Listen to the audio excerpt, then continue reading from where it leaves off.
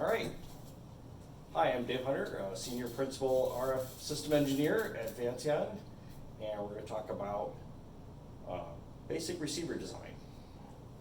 So here we have a block diagram of a typical super heterodyne receiver, which, by the way, came out in 1919. It's a 100th anniversary of the super heterodyne this year.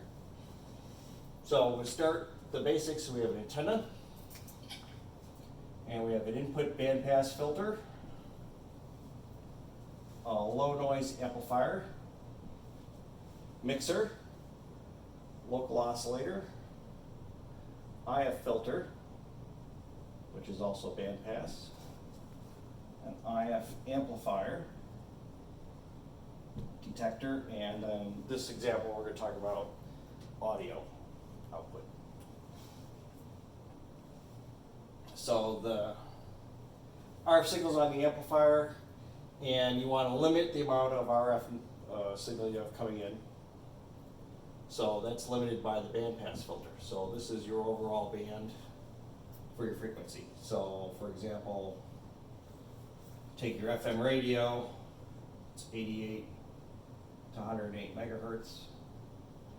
That would be your band of interest, and so your bandpass filter would block out signals outside of that and keep the signals that you have. So the low noise amplifier, what this does is this sets the sensitivity level or noise figure. So we'll talk about, in RF they talk about noise figure all the time.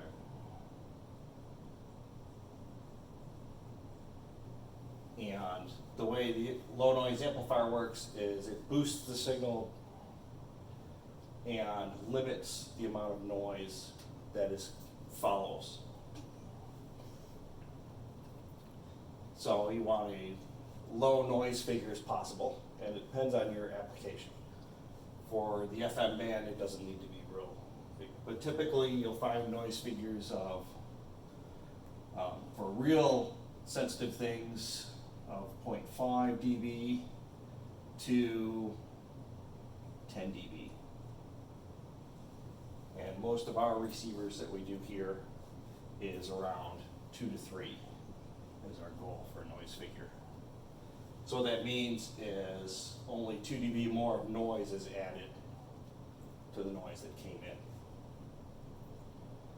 So from the LNA, this adds gain and limits your noise, and then that drives the mixer, and the mixer is fed by the LO. What a mixer does is it gives you the frequency out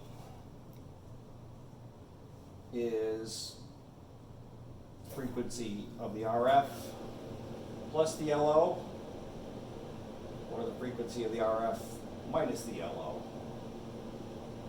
And the way a mixer works, it's basically a multiplier. And so you get both sets of frequencies out, which are known as intermediate frequencies. And so typically, based on how you do your system design and how much tuning range you have, you pick your IF frequency.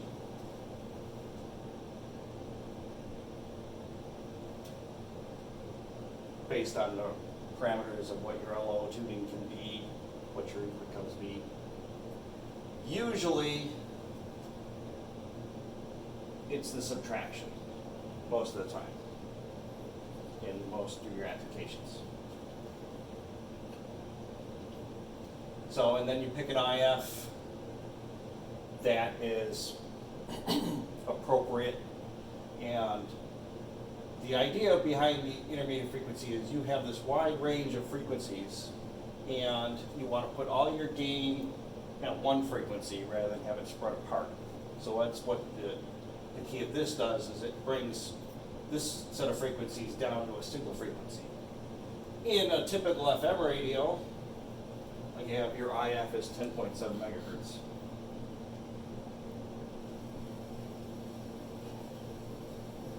So your LO is going to be 10.7 megahertz above your RF frequency to give you the subtraction to 10.7 megahertz. And now you have an IF bandpass filter, and this is bandwidth is based on how wide the signal is you're looking for. So if you have a very wide signal, you want a wide IF. If you have a very narrow signal, you want a very narrow IF to limit the other noise in the system.